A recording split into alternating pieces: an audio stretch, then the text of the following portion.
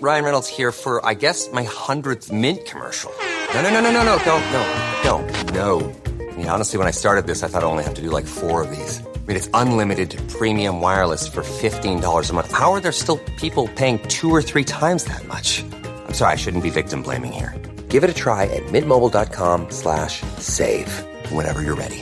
$45 upfront payment equivalent to $15 per month. New customers on first 3-month plan only. Taxes and fees extra. Speed slower above 40 gigabytes. See details. This episode is brought to you by Allstate. Some people just know they could save hundreds on car insurance by checking Allstate first. Like you know to check the date of the big game first before you accidentally buy tickets on your 20th wedding anniversary and have to spend the next 20 years of your marriage making up for it. Yeah, checking first is smart. So check Allstate first for a quote that could save you hundreds. You're in good hands with Allstate. Savings vary. Terms apply. Allstate Fire and Casualty Insurance Company and Affiliates. Northbrook, Illinois.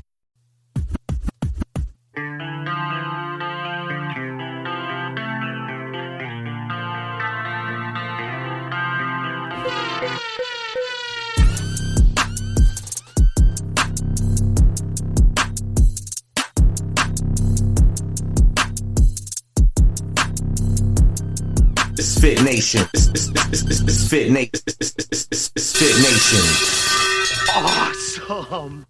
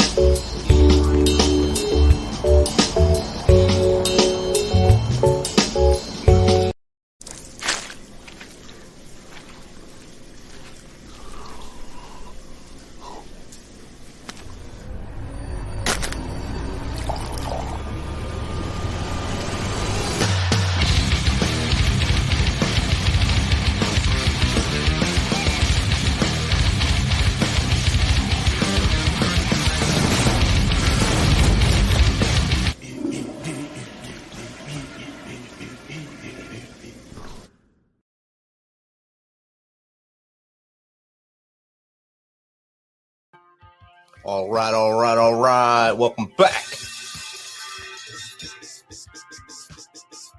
MisFitNation. If you're a veteran and you're struggling or feel like you're leading a path towards the darkness, stop and think about those who are around you.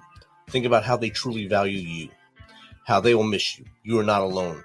You need to talk to someone. Someone will listen to you. If you feel like you'll be a burden to someone that's in your inner circle or your family and friends, do not hesitate. Call 988 and take option 1. Don't make a permanent solution to a temporary problem. If you're a new listener, thanks for joining us. Please subscribe to our show on your favorite podcast apps. Don't forget to subscribe to our YouTube channel at _MisFitNation. It's _MisFitNation. Subscribe and click the bell. This will keep you up to date with our latest news, episodes, and of course, the stories of our guests. Speaking of which, our next guest is a United States Marine Corps veteran. He helps recalibrate people's mindset to achieve their goals, whether it's battling an addiction, transitioning from one workforce to another, overcoming limiting beliefs, trauma, or even struggling to find your purpose. He helps reassure people that what they're going through is common and they will prevail if they if they let energy to do so. So without further ado, let's welcome Marine Corps veteran Alundas Havens to the MisFitNation. Welcome, Alundas. My man, Rich, thank you for allowing me the opportunity to come on, brother, and share my story. Man, as soon as you reached out to me, I said, "Oh, there's a Marine there. He has to have a message, has to have some funny stories, and of course, a great message of what he's doing now, post-Marine life in the world." And I said, "I got to get this guy on here." So here we are, brother. I appreciate you, brother. It's been a journey, man. I just gave a little tidbit about you there. If you don't mind, let's hear a little bit more about Alundas from as far back as you want to go through your service to where we are now. Absolutely. So I'll just take it from the top to kind of add perspective for you guys. So, like what I was battling throughout this time and how it's kind of full circle for me now, like looking back at it and just being extremely grateful. So originally I'm from Fresno, California. My parents had me when they were 19, 21. So partiers, and I've seen a lot of things growing up. Had a racist stepdad in the mix. So it was one of those of, not believing in some of the shit he would say, and really had an identity problem. I got designs in my hair, I'm ghetto, and my stepdad wanted me to paint a picture and for me to be there. And I learned how to act in those situations. My dad's a hustler type, abusive, both my parents, alcoholics, narcissistic. So just kind of struggled with those things. I had a great grandfather that was a POW in World War II, and loved the man to death, but crazy guy. You know what I mean? I just witnessed seeing those things from him. But I knew like the good things with him, like he made me watch all the old war movies and stuff. So always wanted to go to the service. My dad didn't make it too far in his Marine Corps career. And then it was just for me, getting in these situations in life. I needed a way out to be able to go away from home and be able to become independent. I knew that if I would have went to college, I just kept partying and acting crazy, plus kind of my circumstances. So I turned 18, enlisted, and then actually got kicked out of my house right before I deployed. And I was supposed to deploy like in October. Me and my stepdad got in a fight. He swung on me, saying some things one day. And then I called my recruiter the next day, hey, brother, I got to leave, ASAP. So 3 months earlier, I left in July. And then it was kind of something to me where it was like you can change your environment. You could change your surroundings, but you can never really change your true environment or where you came from. So it was, going to the Marine Corps. They were seeing it for me early on, like you're a leader, picked it out. So I was pissed all the time, like in boot camp, because I was like, I couldn't drill. And that was my deal, but I can do all the pull-ups, I can run, push people. So they would make me do everything. And then they realized I was smart. So I'd be prac cap and do all that stuff. So it was excelling in the military. And then on boot leave, we had a party at my house. My stepdad thought my mom was having an affair because the door closed within 10 seconds. My wrestling coach was in there. My stepdad fires 45s a centimeter away from his face. And then SWAT team go through the house. So it was this traumatic event for me. I was drinking heavy while I was in the Marine Corps. I deployed to Kuwait, came back from Kuwait, and then became my own boss. I worked aviation operations. So doing all the aviation flight data for the Ospreys, and then doing the training side, making sure everybody can qualify to stay in the Marine Corps. So, pitching it, talking to my sergeant major directly, my CO. So really loved it. But year 2, that's where, all these things amounted. Tore all the cartilage in my right knee, took off a meritorious sergeant board. I was barely a corporal then. So it just really hit me, and then started, going back to struggle and repeating some of the things I seeing, as growing up. Good thing is my wife helped me, and definitely whittled it down in my last 3 weeks in the Marine Corps. Played fuck games with medical, and it was like, hey, go to admin and get extension. I'm like, admin doesn't give me medical extensions. And then I go there, you got to run 3 PFTs. I'm like, again, I tore all the cartilage in my right knee. I'm not doing it. At that time, thinking real negatively, I didn't have the greatest experiences with doctors in the Marine Corps, and they put me on antidepressants. They told me to be a big boy and learn how to adapt in my eating styles. So it was really battling that. I'll shorten the rest. Went straight into home improvement sales, realized that, hey, this isn't a fit for me right now. Went on to a mortgage brokerage and had more problems because it was kids coming off mommy and daddy's couches, and it wasn't a fit. Even went on to help veterans with the VA claims, and that company couldn't be understanding my situation where my nanny moved to Minnesota, so I'm taking care of my daughter, and then making sales calls. So I was like, hey, this is in alignment with what I'm trying to do. Throughout this whole journey, I've been unpacking the things, joined a podcast network group, and then I ultimately started a business with my mentor, Zach Babcock. And that was where I was like, hey, I finally get to be able to work on these things and then talk about, hey, this is what happened before I was in the Marine Corps. This is what happened while I was in.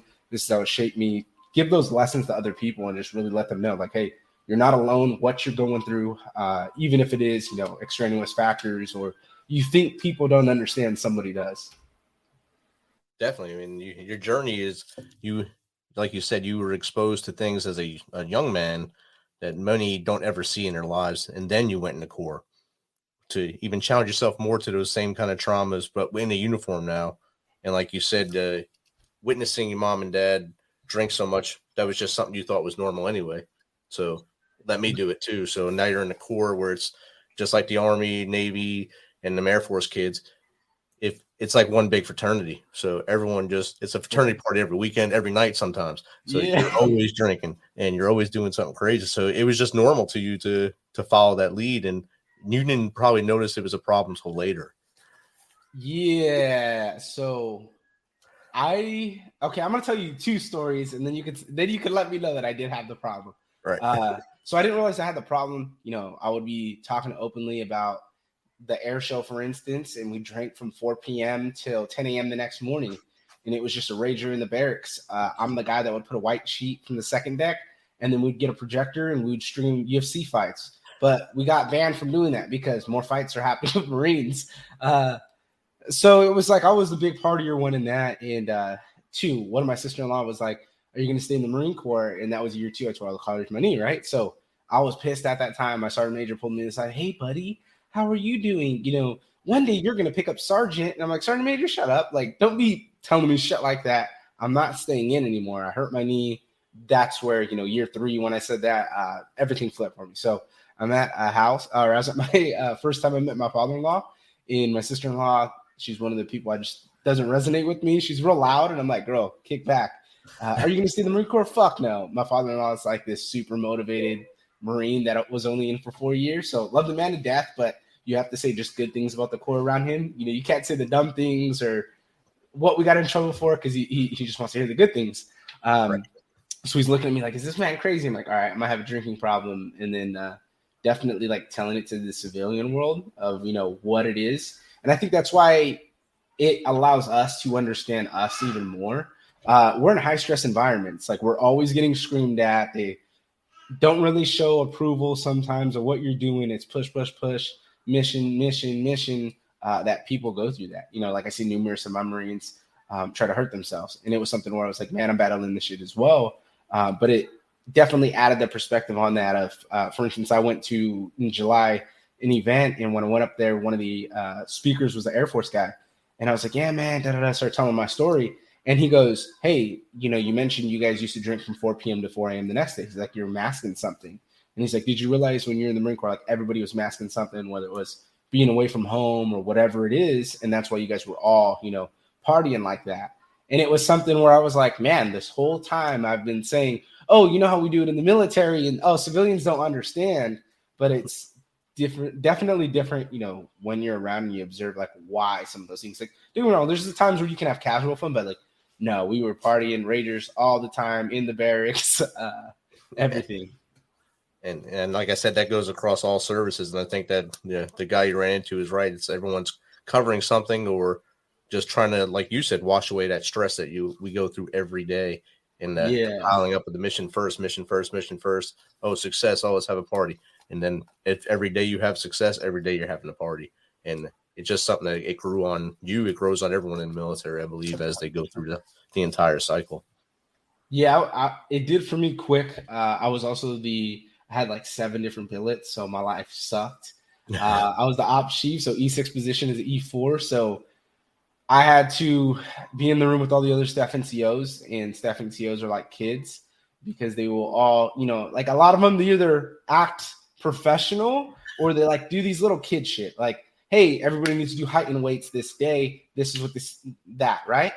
All of a sudden, nobody shows up. Oh, mission. All right, cool. I'm like, the CO mandates that everyone will be here. Now everybody's there. Like, I literally had to put the CO title before it. And he's the one, that's where it's coming from, was originally what he told me to do. So it was like those games. So it was like, I would send read receipts and that. And then I had one Marine that just couldn't get it, no matter what. And I think that's part of where I failed as a leader. I should have opened more about, my story of where I came from. And I didn't, so he really struggled with the environment and thinking people thought less of him. Like, nah, bro, we just want you to do the job right the first time and stop talking back, stop nodding your head and say, yes, corporal, whatever, and then move on with your day. Like, it's not a problem. You know what I mean? But just one of those guys, you couldn't change. So it was all these factors, all the shit back home.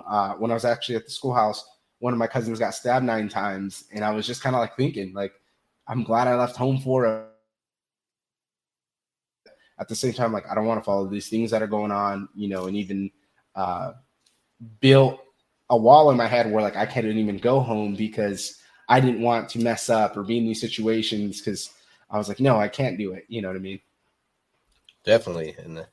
And out of this, you have now like a 180 with your mindset out of all that. You started the winner's paradigm, the other podcast. It's kind of like you're coaching people with that podcast. You're a dad, you're a leader, you're a veteran. So you got a lot of stuff going on. So those are your victories. And why do you think it's important that we have to start accumulating wins as any person, but especially as veterans?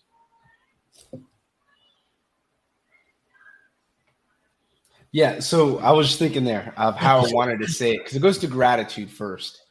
I think we got to do that, man. We got to do a better job of just thanking ourselves. Like, bro, you made it through there. Like, for me, thinking about it now with how messed up my body is, and I know a lot of veterans could say this, is we used to work like 18-hour shifts, drink a Red Bull, go to the gym, and then sleep 2 hours and go back to work. That was deployment life for me.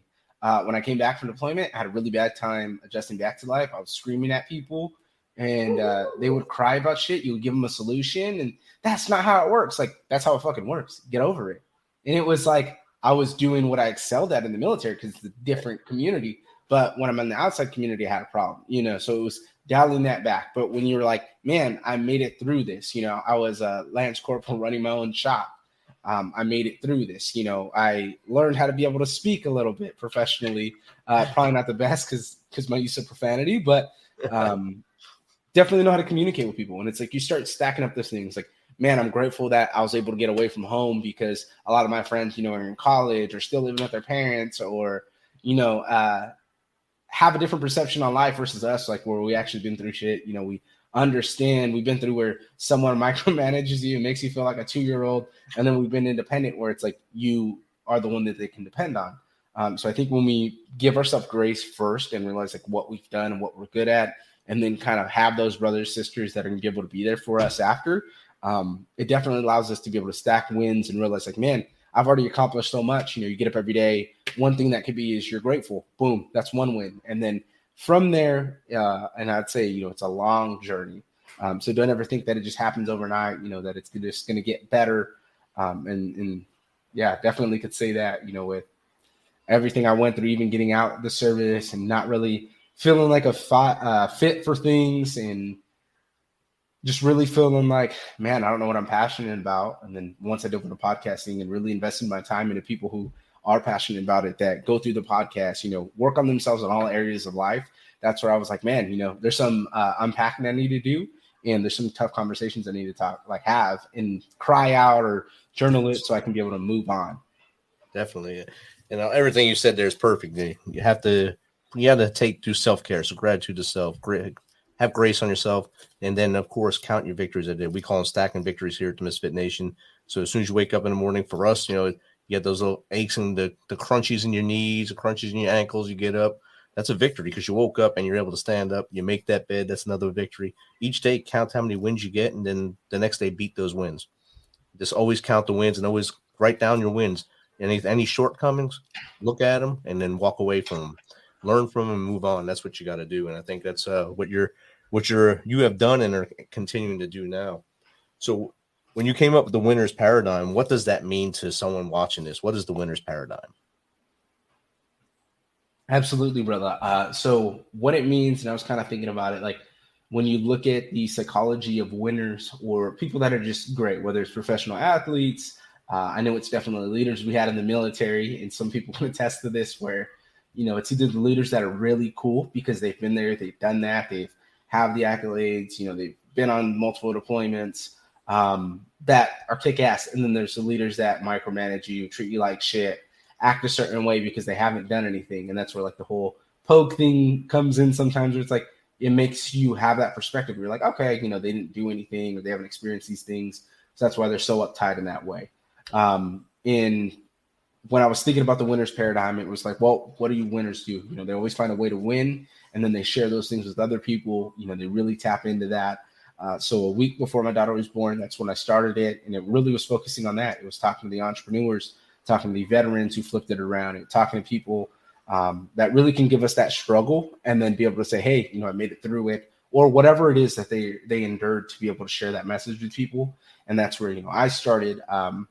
just doing more work on myself in the end. I just felt like, it was alignment in having these conversations with people, unpacking things, learning things about business, quitting my job and going all in and starting my own business. And it was just awesome because it was like, man, I never really thought this, but once I got around the community that appreciated me for what I've done, respects me, and is like, man, you're your own boss in the Marine Corps. Like, that's pretty damn awesome. Some people aren't their boss ever, or at this point in life. And then it was too, like, I put that shit on the resume and they didn't give a fuck. You know what I mean? They were like, oh, whatever. You know what I mean? Looks like you're your own boss in the Marine Corps. Well, you're 22. So it looks like you don't have that much years of experience. And you're like, how do I not have years of experience? Like, I've literally done more than you guys do here, but whatever, So it was really like defining myself that I am in a smaller box. And then once the Winner's Paradigm came out, it allowed me to be like, yo, there is no smaller box. Like, I am the box. They conform around me because I've been through all these things. I've worked through it. I will find a way to win because that's what we do as men, leaders, women, yeah. Awesome. And what should some of the listeners are out there probably saying, this guy, he really turned it around. He's stacking them victories. He got the Winner's Paradigm going. What's some things they can do to better themselves? I'd say first it's looking at yourself in the mirror, and then you're going to take some notes. How do I look? Am I tired? Do I feel like I'm measuring to where I want to be? Or you can do a simple test. Close your eyes, picture you laying by the beach. What does that look like? What do you look like? What are you wearing? What's in your hand? And kind of think about those things and allow them to picture themselves at that place, right? And what we're doing is we're saying, hey, that could be what we want. Ultimately, we're like, oh, I want to look fit by the beach. Okay, well, now you got to do that. For me, I tore all the cartilage in my right knee. I might have really bad shoulder pain, knees, elbows, hips, all these pain throughout my back multiple times. And it's one of those where it's like, it's even a battle for me to be able to work through it. Even today, like, I normally wake up at 3 a.m.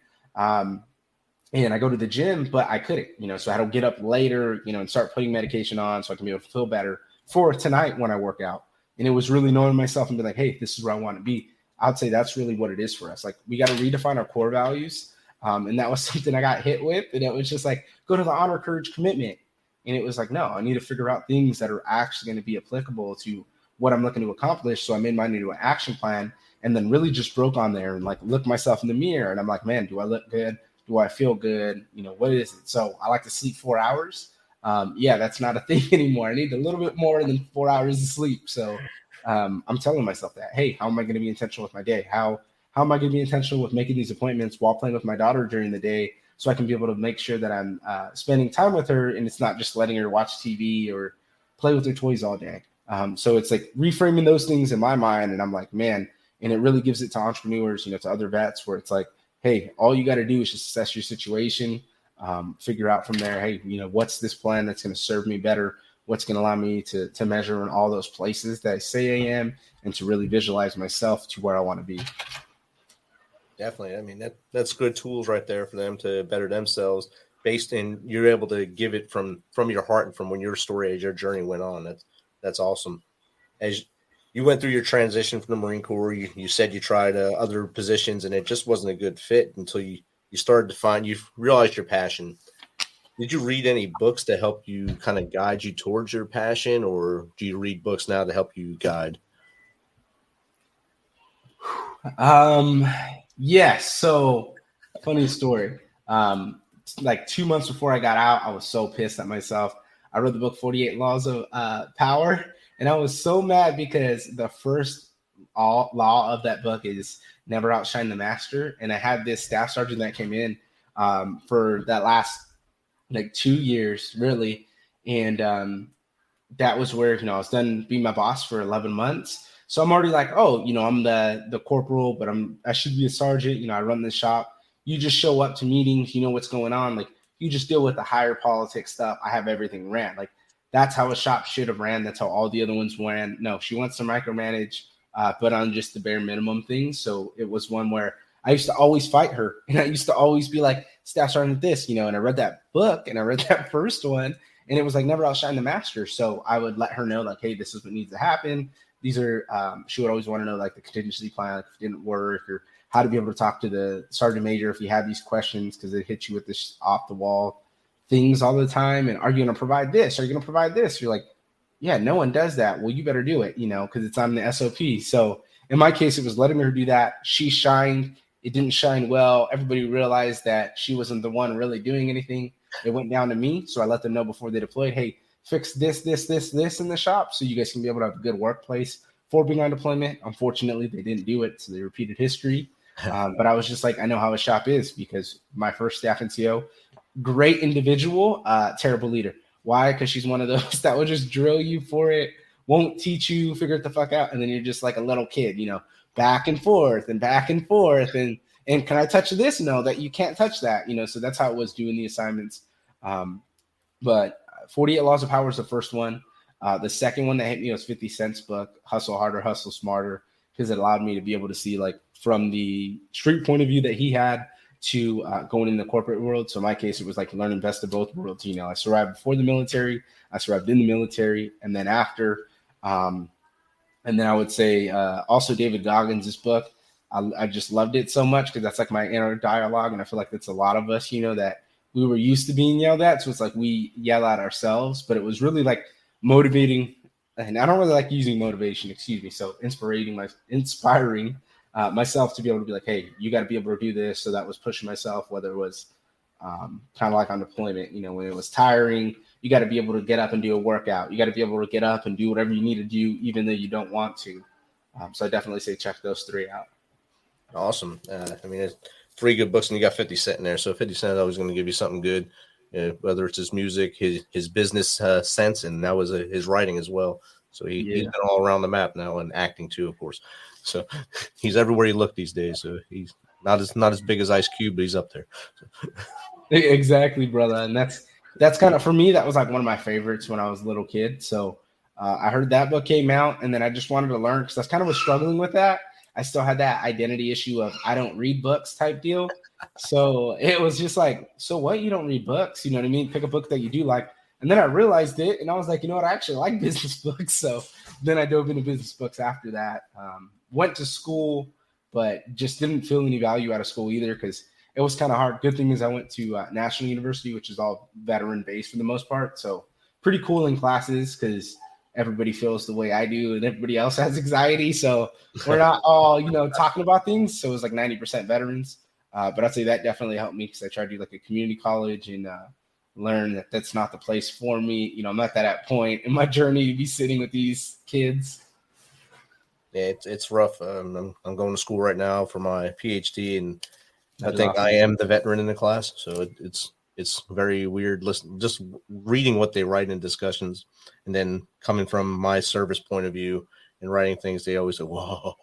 So it's a weird feeling. So No, I get you 100. I actually offended somebody in one of my classes because they like made us write about it was like on race or like political tension in our country. And then I just like went through it, and I was like, yeah, like in the military, like no one cares. You know what I mean? I'm like, we have a party outside. You got the dude with fucking cowboy boots, a cowboy hat on, the other one in a sombrero. Like everybody's wearing something, but we're all collectively being together because we're in this situation. We care for one another. Like you have to. So I was like, I really don't see people as that. I see them for their actions and kind of what they say.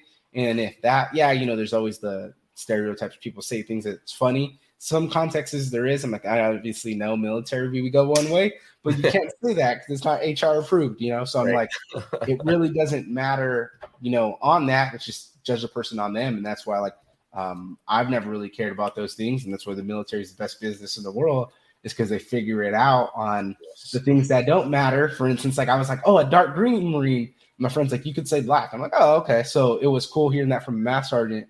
When he told me that day, where I was just like, man, we don't even see each other that way. And you never even hear it, And that's what's crazy about like when everybody would hang out, would be there's country music over here, rap over there, Spanish music over there. I would migrate between all of them besides country. So it's like just learning about people, you know what I mean? Right. And that's probably one of the biggest secrets of the military, the diversity in the military. The biggest gang in the world is the U.S. military, and it's the most diverse gang you'll ever be in. Yeah, absolutely. Yeah. So you got out, you did this evolution of Alundas here. How important is it for a human to evolve and then challenge themselves to get to new heights and more greater things? I mean, it's something we've always done. We've always done it since we were a little kid, because you had to evolve, from going to being the big kid from 6th grade to going into 7th grade being scared, So it was one of those where it's like we've always evolved somehow, and we evolved into the military to be able to get through boot camp. Some followed it a little more than others, and had that mental fortitude to do what was right, or to be able to push themselves, during that time where it sucked. And then even in our career where it's like doing the dumb shit, having failed all the time in cleaning. Like, we don't want to clean 24/7. That's not our job. Or they're hearing you're a Marine 24/7, so you need to come into work. Like, nah, that's not how it works. I shouldn't be working every single day, all day long, but they can do that, So it's one of those where it's like you push yourself, you figure out what it is for the moment, and then you elevate from there. And we would always, like deploy and then decompress when we come back. We want to make sure that we're in the best shape and really taking that time for ourselves. And that's what we do as people, and definitely on my journey, I've realized it's like, you got to heal whatever you're coming from. And you got to realize, when is when. So I was drinking a lot. I realized that drinking wasn't for me. And then I was repeating some history, getting crazy when I start drinking. Okay, probably I shouldn't be doing that if that's not who I resonate with. And then doing that inner work on me. So it was, getting a journal, crying it out, writing it out, talking to my buddies, and then really having those times where like you regroup. I had one buddy recently, and I would say that even, as I've been doing work, it just reminded me even more, like, send texts and really be there for our brothers and sisters, because he took his own life. He was active duty still. So it was something for me where I was like, man, we try it, but really, are you actually trying, or do you say it? So for me, it was like, yeah, I've been trying to reach out, but I know we all get busy. So it was like sending the one a week or doing something that I can be able to help my brothers and sisters, because that definitely sucked. That was a dude I competed with all the time, looked happy. I only seen him partying, and then I stopped partying and never seen the dude again. So it was one of those for me where like it kind of hit home a little bit. Wow, well, that's a tough one there too. Like you said, most times there isn't no outward sign. Absolutely, so there's not really much we can do. But if, like you said, if you say you're going to be there for someone, actually be there and actually hit them up weekly, monthly, have a set schedule to talk to them. That way everyone knows everyone's on the up and up, and not mid-range or going down and into that spiral and darkness that we like to see, or come up with the 22 a day thing. No, get you 100%. Like, I have one Marine that's still one of my good best friends, and it's funny. It's like I've always seen him as my little brother, and he's just like that, my little sidekick, because like, when you'd be walking around to like whatever shop, and then they'd follow you behind, So me and him, like every month we have a point to meet up together. I'm in about an hour north of San Diego, and he's in LA. So we're like, oh, okay, it's only an hour and a half drive. So we'll meet up to each other, go eat, hang out. Because that was the one, I always took care of. He's seen me at bad times in the Marine Corps. I seen him at bad times. So it was like we mutually were there for each other, even though the rank was there earlier on. Right. And having that brotherhood or sisterhood with all those you served, it really helps as we transition out, and that's an awesome thing. Absolutely, brother. So, Alundas, we've talked about a lot of stuff in a little bit of time too. So, real quick, tell people how they can get in contact with you to talk to you, have you on their show, or even just learn more about you. Absolutely, brother. So, easiest way, social media, Alundas_Havens, and then the podcast is the Winner's Paradigm Podcast and the winnersparadigm.com. Easiest way to find me. Awesome. And that'll all be in the show notes. So all you got to do is click in the notes and find that, or his website scrolling across the page right now, across the screen right now. If you can scan that real quick with your eyes, you get that, you're good. If not, it'll be in the notes. Just click on it and visit Alundas and give him some business. Alundas, thank you again for reaching out and coming on, and thanks for all you've done and all you are doing. Thank you, brother. It's an honor to be able to come on your amazing platform as well, brother. I love what you're doing here. Awesome. Thank you very much.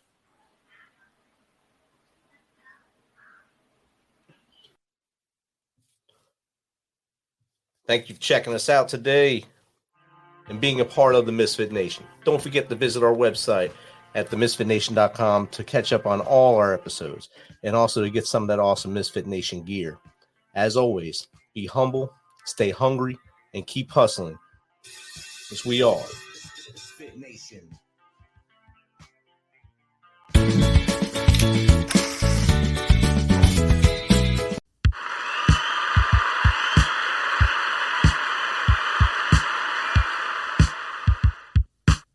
You know how we do this. Thanks for taking some of your time to spend with us on Misfit Nation. Be sure to hit that subscribe button and share the link as much as possible. If you want to, please become a supporter to help us carry this thing on. We appreciate you.